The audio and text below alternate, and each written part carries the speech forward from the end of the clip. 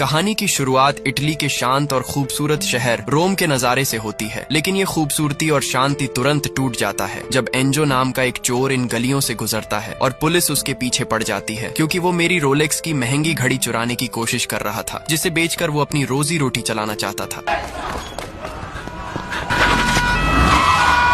भागते समय एंजो एक कचरा उठाने वाले क्रेन जहाज में छिपने की कोशिश करता है, जो नदी को साफ करने के लिए इस्तेमाल होता है। उसे उम्मीद थी कि पुलिस हार मानकर चली जाएगी, लेकिन इसके बजाय वो जहाज में घुस आते हैं। कोई और रास्ता न होने की वजह से एंजो पुलिस से बचने के लिए नदी में कूद जाता है। पुलिस को उसका कोई सुराग नहीं मिलता और वो चले जाते हैं। जब खतरा टल जाता है तो एंजो ऊपर आने की कोशिश करता है, लेकिन बदकिस्मती से वो फिसल जाता है और नदी के नीचे एक रेडियो एक्टिव कचरे से भरे ड्रम टैंक में गिर जाता है, जिसकी वजह से उसे वहाँ से निकलने में काफी समय लगता है। हालांकि वो अपने अपार्टमेंट में वापस पहुंच जाता है, लेकिन एंजो को बुखार, उल्टियां और तेज खांसी होने लगती है। उसे पता नहीं कि उसका शरीर एक खतरनाक काले पदार्थ से दूषित हो चुका है। अगले दिन हैरानी की बात ये होती है कि एंजो की तबीयत अचानक सुधर जाती है, जिसके बाद वो अपने पड़ोसी सर्जियो को ढूंढने जाता है, जो उसके अपार्टमेंट से एक मंजिल नीचे रहता है, ताकि वो उसे चुराई हुई घड़ी बेच सके। लेकिन सर्जियो घर पर नहीं होता। एंजो फैसला करता है कि वो सर्जियो के साइट पर उससे मिलेगा। सर्जियो एक माफिया गैंग का मेंबर है, जिसका लीडर एक बेरहम आदमी फेबियो होता है, जो गलती करने पर अपने ही लोगों को मारने से जरा भी नहीं हिचकता। सर्जियो गैंग का सबसे वफादार मेंबर के रूप में जाना जाता है। उस सुबह फेबियो एक मीटिंग में ये तय करने की कोशिश कर रहा था कि कौन इतना हिम्मत वाला है जो हवाई अड्डे से ड्रग की तस्करी कर सकता है। अब क्योंकि उनके गैंग में ये काम करने के लिए कोई भी राजी नहीं होता, सर्जियो खुद ये काम करने का फैसला करता है। मीटिंग खत्म होने के बाद वो एंजो से मिलता है और चुराई हुई घड़ी 1000 यूरो में खरीद लेता है। उसे पता है कि एंजो एक शातिर चोर है, इसलिए वो उसे ड्रग्स की तस्करी के मिशन में मदद करने के लिए कहता है। अब क्योंकि एंजो के पास मना करने का कोई कारण नहीं था, वो हाँ कह देता है, जिसके बाद सबसे पहले वो सर्जियो के साथ उसके घर से कुछ सामान लेने जाता है। वहाँ एंजो की मुलाकात एलिसिया से होती है, जो बहुत खुश होकर एक जापानी कार्टून स्टील जैक के बारे में बात करती है। पहले तो एंजो को उसका बर्ताव काफी अजीब लगता है, लेकिन धीरे धीरे उसे एहसास होता है कि एलिसिया मानसिक रूप से परेशान है। हवाई अड्डे की ओर जाते समय सर्जियो बताता है कि एलिसिया को अपनी माँ की मौत के बाद से गहरा सदमा लगा है, जिस वजह से वो अक्सर असली दुनिया को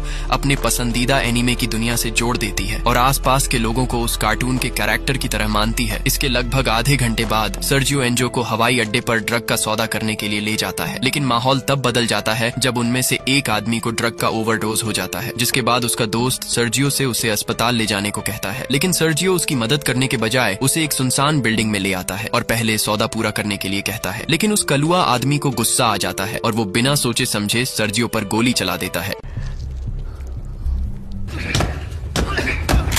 एंजो जो ये सब देख रहा था, उसे भी गोली लगती है और वो ऊपरी मंजिल से नीचे गिर जाता है। लेकिन हैरानी की ये बात है कि वो इतने ऊपर से गिरने के बाद भी बस थोड़ी देर के लिए बेहोश हुआ होता है और गोली लगने के बावजूद वो एकदम सही सलामत होता है, जिसके बाद वो हैरान होकर वहाँ से भागने लगता है और अपने अपार्टमेंट लौटता है। घर पहुँचने पर फिर से वो एलिसिया से मिलता है, जो अभी भी अपने पिता के लौटने का इंतजार कर रही थी। लेकिन एंजो उसे हकीकत नहीं बता पाता और सीधे अपने कमरे में चला जाता है। कमरे में आने के बाद वो अपने कंधे को देखता है जहाँ उसे गोली लगी थी, और अजीब बात यह है कि उसे जरा भी दर्द नहीं हो रहा होता। इसके बाद वो सोफे पर बैठकर फिल्मिटी की मूवी एक्सप्लेन का मजा ले रहा होता है, तुम लोगों की तरह। लेकिन उसी वक्त एलिसिया उसके दरवाजे के बाहर शोर मचाने लगती है। गुस्से में एंजो अपने लोहे के दरवाजे की ओर जाता है और उस पर एक जोरदार मुक्का मारता है और वो लोहे का दरवाजा एक झटके में टूट जाता है। तभी एंजो को एहसास होता है कि अब उसके पास असाधारण शक्ति है। दरअसल ये शक्ति उसे रेडियो एक्टिव कचरे से भरे ड्रम टैंक में गिरने की वजह से मिली होती है। इस चीज को यकीन में बदलने के लिए वो फ्रिज को हिलाता है, जो उसे काफी हल्का लगता है। फिर वो एक मोटे लोहे की रॉड को भी आसानी से मोड़ देता है और आखिरी में उसे एक एटीएम लूटने का ख्याल आता है, जिसके बाद एंजो हुडी और मास्क पहनकर एक एटीएम मशीन चुराने जाता है और अपनी शक्ति की वजह से उसे आसानी से उखाड़कर अपने घर ले जाता है और एटीएम से मिले पैसे से पिज्जा बर्गर खाता है और ग्रोसरी का ढेर सारा सामान घर ले आता है। अगले दिन उसे ये देखकर हैरानी होती है कि उसका गोली का घाव पूरी तरह गायब हो चुका है, जैसे कुछ हुआ ही ना हो। इसके बाद जब वो अपार्टमेंट से बाहर निकलता है तो देखता है कि फेबियो का गैंग एलिसिया को परेशान कर रहे हैं, जो कि सर्जियो का पता लगाने की कोशिश कर रहे हैं, जो ड्रग्स का पैकेट लेकर वापस नहीं लौटा। फेबियो खुद दबाव में है, क्योंकि उसे नूनजिया, जो कि उससे भी बड़ी हरामी गैंग की लीडर है, उसे उसके पैसे वापस करने हैं। एलिसिया से उसके पिता के बारे में पूछा जाता है, यहाँ तक कि वो लोग उसके साथ दुष्कर्म करने की भी सोचते हैं। लेकिन इससे पहले कि कुछ बुरा हो,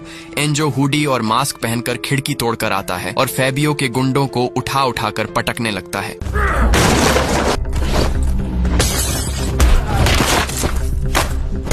फैबियो उसकी ताकत देखकर डर जाता है और उसके पैरों पर हमला करके वहाँ से भाग जाता है, जिसकी वजह से उसके पैर की एक उंगली कट जाती है। लड़ाई के बाद एंजो एलिसिया को फैबियो के खतरे से बचाने के लिए अपने अपार्टमेंट में ले जाता है। मासूम एलिसिया उसे एनीमे कैरेक्टर स्टील जैक का हीरो समझने लगती है। इस बीच एंजो अपनी कटी उंगली को टेप की मदद से जोड़ने की कोशिश करता है। उम्मीद करता है कि उसकी उंगली भी उसके गोली के घाव की तरह ठीक हो जाएगी। एलिसिया एंजो के अपार्टमेंट में पैसा का पहाड़ और एटीएम बॉक्स देखकर हंस पड़ती है। वो एंजो को सलाह देती है कि वो अपनी शक्ति का इस्तेमाल अच्छे कामों के लिए करे, न कि चोरी के लिए। उसकी ये बात एंजो को याद दिलाती है कि एलिसिया का पिता सर्जियो गोली लगने के बाद मर चुका है। उस रात एंजो को नींद नहीं आती और वो सर्जियो की एक बॉक्स खोलता है जिसमें उसे एक रहस्यमय नक्शा मिलता है जो शायद फैबियो के गैंग की कोई प्लान से जुड़ा है। अगले दिन एंजो एलिसिया को एक अनाथालय स्कूल में छोड़ देता है ताकि उसका ध्यान भटका रहे और अपने पिता को भूल जाए। एलिसिया पहले तो मना करती है, लेकिन जब एंजो उसे शाम को प्रिंसेस ड्रेस खरीदने का वादा करता है तो वो मान जाती है। दूसरी तरफ फैबियो और उसके गुंडे एक रील देखते हैं जो इंटरनेट पर वायरल हो गई थी, जिसमें वही हुडी वाला आदमी था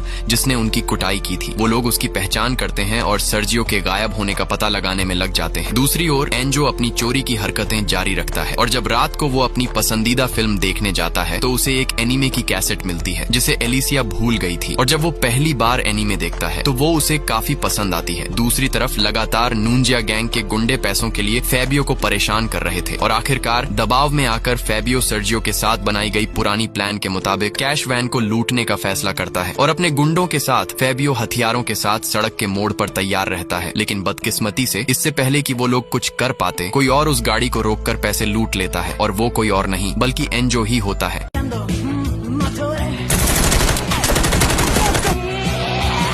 एंजो इस लूट के पैसे से कई नई चीजें खरीदता है, जिसमें एक बड़ा सा होम थिएटर प्रोजेक्टर भी शामिल है, और साथ ही स्टील जैक एनिमे की पूरी डीवीडी सीरीज भी खरीद लेता है, क्योंकि वो अनजाने में एलिसिया की तरह उसका दीवाना हो चुका है। लेकिन इससे पहले कि वो इसे पूरा देख पाए, पुलिस उसके अपार्टमेंट पर आ धमकती है। एंजो घबरा जाता है, लेकिन पता चलता है कि पुलिस सिर्फ एलिसिया को छोड़ने आई थी, जो अनाथालय से भागकर इधर उधर भटकती हुई पाई गई थी। पुलिस वाला उसकी मेंटल हेल्थ को देखते हुए एंजो को उसकी देखभाल करने की सलाह देता है। एलिसिया अपार्टमेंट में वापस आकर खुश हो जाती है और एंजो, जिसे वो हीरो मानती है, वो उसे पसंद करने लगती है। एंजो भी एलिसिया से आकर्षित होने लगता है और दोनों साथ में एनिमे देखते हैं। लेकिन अचानक एलिसिया को अपनी पुरानी बातें याद आ जाती है और एंजो को पता चलता है कि उसकी माँ की मौत के बाद उसका कई बार यौन शोषण हुआ था, जिसने उसके दर्द को और बढ़ा दिया। जिसके बाद एंजो उसे शांत करता है और उसकी सुरक्षा के लिए अपने साथ रखने का फैसला करता है। अगले दिन एंजो उसे प्लेग्राउंड में घुमाने ले जाता है, जो उसके पिता के साथ बचपन की यादों से भरी होती है। एलिसिया अभी भी सोचती है कि उसका पिता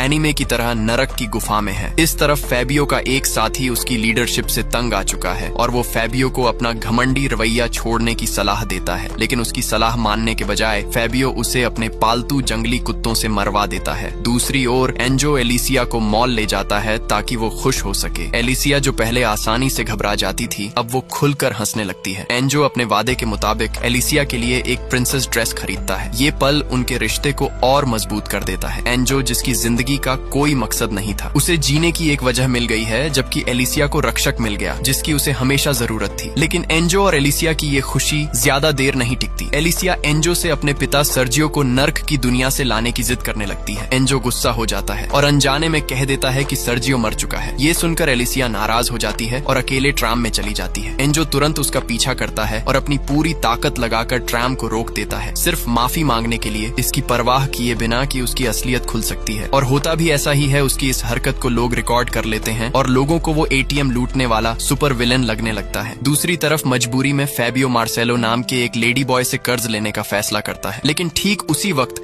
नूंजिया और उसके गुंडे वहां पहुंच जाते हैं और उस लेडी बॉय को गोली मार देते हैं, जिसके बाद वो लोग फैबियो को जिंदा जलाने की सोचते हैं, जिससे फैबियो बुरी तरह डर जाता है। लेकिन नूंजिया सिर्फ उसे डराने की कोशिश कर रही थी। लेकिन उसी वक्त वो लेडी बॉय, जो गोली लगने के बाद भी जिंदा होती है, वो नूंजिया के गैंग पर हमला कर देती है। आगे खुद ही देख लो।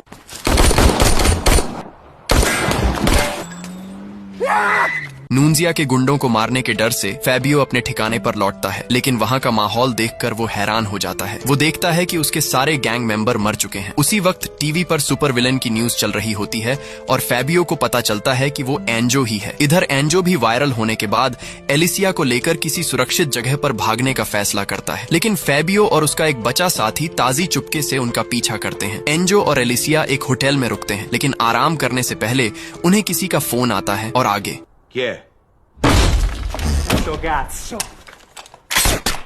हाँ, अचानक फैबियो वहाँ टपक पड़ता है और एंजो को बेहोशी की गोली मार देता है, जिसके बाद ताजी एलिसिया को अगवा कर लेता है। कुछ देर बाद जब एंजो होश में आता है तो वो खुद को टेप से बंधा हुआ पाता है। फैबियो उसे एलिसिया की लाइव वीडियो दिखाता है और उसकी सुपर पावर के बारे में पूछताछ करता है, क्योंकि वो भी वैसी ताकत पाना चाहता है। पहले तो एंजो चुप रहता है, लेकिन एलिसिया की जान बचाने के लिए उसे अपनी शक्ति का रहस्य बताना पड़ता है, जिसके बाद एंजो फैबियो को उस नदी के किनारे ले जाता है जहाँ उसे अपनी सुपर पावर मिली थी। फैबियो को सब कुछ बताने के बाद एंजो एलिसिया को छोड़ने को कहता है, लेकिन फैबियो को लगता है कि एंजो उसे चूतिया बना रहा है, इसलिए वो एलिसिया को छोड़ने से साफ मना कर देता है जब तक कि उसे शक्तियां नहीं मिल जाती। कार के अंदर एलिसिया बाथरूम का बहाना बनाती है और जब ताजी उसकी रस्सी खोलने जाता है, एलिसिया बड़ी चालाकी से ताजी पे हमला कर देती है। बताओ, इसे हम अब तक पगली समझ रहे थे। मजबूर हालत में एंजो को लगता है कि अब उनकी किस्मत फैबियो के हाथ में है, लेकिन तभी नूंजिया अपनी गैंग लेकर अचानक वहाँ पहुँच जाती है, जिससे देखकर फैबियो की पैंट गीली हो जाती है और वो मदद के लिए ताजी को आवाज लगाता है, लेकिन ताजी की टिकट तो पहले ही कट चुकी होती है। गोलीबारी के बीच एलिसिया एंजो की ओर भागती है, लेकिन इस अफरा तफरी में उसे भी गोली लग जाती है। एंजो को गहरा सदमा लगता है। उसे नहीं पता कि नूंजिया और फैबियो के बीच क्या विवाद था, लेकिन उनके बीच एलिसिया भी शिकार बन गई। रोते हुए एंजो एलिसिया से माफी मांगता है और उम्मीद करता है कि वो बच जाए, लेकिन अपने आखिरी सांसों में एलिसिया उसे कहती है कि वो अपनी शक्ति का इस्तेमाल लोगों की मदद के लिए करे, न कि चोरी चकारी के लिए। इसके बाद वो अपनी आखिरी सांस लेती है और एंजो फिर से इस दुनिया में अकेला रह जाता है। इसके अगली सुबह हम देखते हैं कि फैबियो अभी मरा नहीं था। वो नदी में रेडियो एक्टिव कचरा पीकर बच गया होता है, जिसने उसे भी एंजो जितना ताकतवर बना दिया था। जिसके बाद फैबियो बदला लेने की तैयारी करता है और नूंजिया के ठिकाने पर पहुंचता है और उसने अपना पूरा हुलिया ही बदल लिया था। इसके बाद फैबियो फोन की वीडियो रिकॉर्डिंग ऑन करता है और उनके साथ बेरहमी से मारपीट करनी शुरू कर देता है।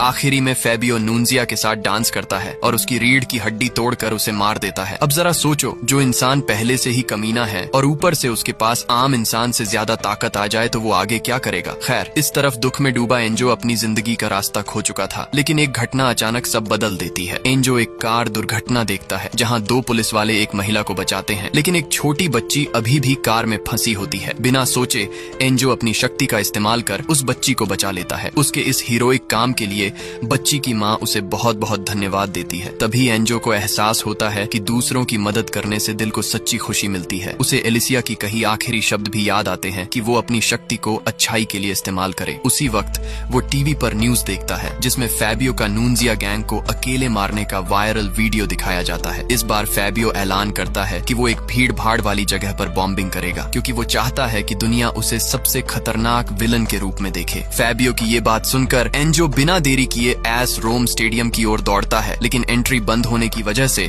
वो अंदर नहीं जा पाता। जिसके बाद वो सामने रखी बड़ी और भारी बैरियर को उठा लेता है, जिसे देखकर आसपास के लोग हैरान हो जाते हैं। अंदर आने के बाद एंजो पार्किंग में फैबियो का सामना करता है और उसे रोकने की कोशिश करता है, लेकिन अब फैबियो भी सुपर ह्यूमन बन चुका है, जिससे उनकी लड़ाई बराबरी की हो जाती है।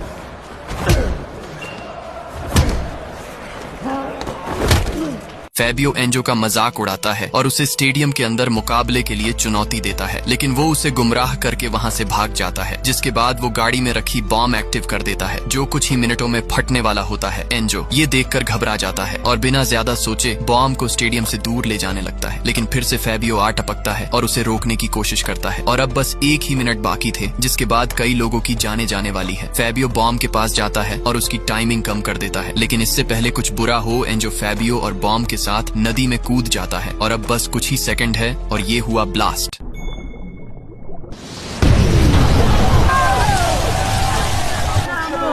एंजो के इस हीरोइक कदम ने एक बड़े आतंकी हमले को रोक लिया और ब्लास्ट में फैबियो का सर अलग हो जाता है। इस घटना के बाद एंजो को रोम के लोगों को एक बड़े खतरे से बचाने वाले सुपर हीरो के रूप में पहचाना जाना जाता है। और इसी के साथ ये फिल्म यही समाप्त हो जाती है, जिससे हम सीखते हैं कि भले ही हमारे पास सुपर पावर ना हो, लेकिन फिर भी हमें दूसरों की मदद करने से कभी पीछे नहीं हटना चाहिए। और यही चीज अपने आप में एक सुपर पावर है। तो चलो मिलते हैं एक और धांसू कहानी के साथ। Bye bye.